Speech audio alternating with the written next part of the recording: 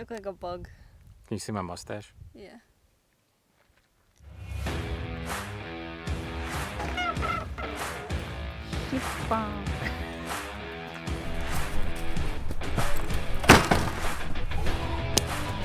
I love this bike.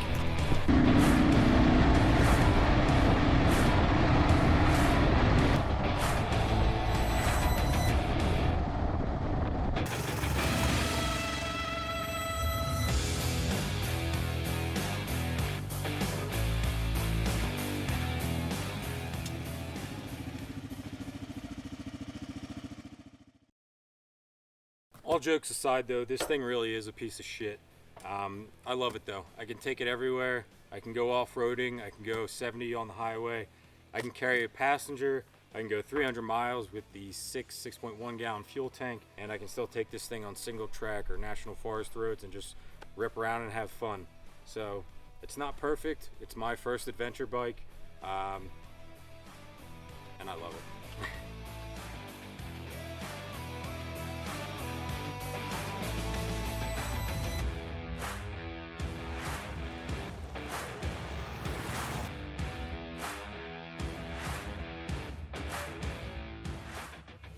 Alright, so this is again my first adventure bike. It's a 2007 KLR 650. I have 13,100 miles on it. I got it with like 7,500, so like 6,000 miles I have on it now. I'd say half of it was on-road, half of it was off-road. This really is like the best all-around budget bike. I feel like I was between this and the DR 650, and there's three main reasons I chose this bike over the DR 650. Number one was the big gas tank. And then the second reason was I wanted to carry a passenger, and the stock seat on the DR 650 is small and hard, where this is actually pretty decent. This is still the original seat, and luckily my girlfriend's pretty small, so we make it work. But we've done I guess it was like a 5-hour trip to Mexico, but generally we try to stay around 2 hours, like an hour out and an hour or so back, and it's fine. It's not the most comfortable, but it's doable. And then the third reason was this thing is just so cheap. I got it for $2,600. DR 650 is about the same, but then I would have had to get a bigger gas tank, a more comfortable seat, which just adds up. And the whole point of, for me at least, this KLR is I just really wanted a budget-friendly bike where if I drop it, no big deal, and I just didn't want to have to worry about it. I just wanted a cheap, fun bike, ride around town, go for cruises, and that's what the KLR is. Alright, so the biggest issue that I had with the KLR when I first bought it was the suspension, and specifically the front suspension. So the first thing I did was progressive springs up front, which actually did make a big difference. I bottomed out the OEM springs on any forest road. If you're in like third gear and you hit a little divot or pothole, you're gonna bottom it out. And then I did a fork brace, which I personally can't tell any difference with or without the fork brace, but the progressive springs helped a lot. I think they were like $100. I don't even know if they were that much, but they definitely made a big improvement. I bottomed them out a couple times, but the KLR isn't meant to be ridden that hard off-road. So for $100, the progressive springs have done a wonderful job. All right, so I am by no means the best off-road rider, and a lot of times I like to do stuff that's out of my skill level, so I want protection on the bike.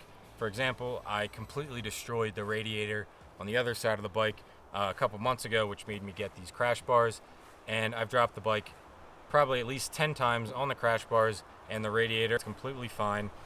The other upgrade I did was the J&S Engineering skid plate, and what's nice about that is I can still do an oil change with the skid plate on. I don't have to take it off.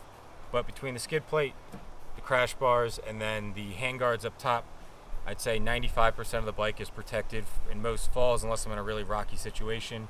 So when it came to luggage for me, I wanted something that was cheap and easy to remove. So I went with the Tusk mounting system. It's nice too because it protects the bike when I tip it over, which is pretty often. And I like it that I can put my soft bags on here, and all you got to do is pull this, and they can come on or off pretty easy.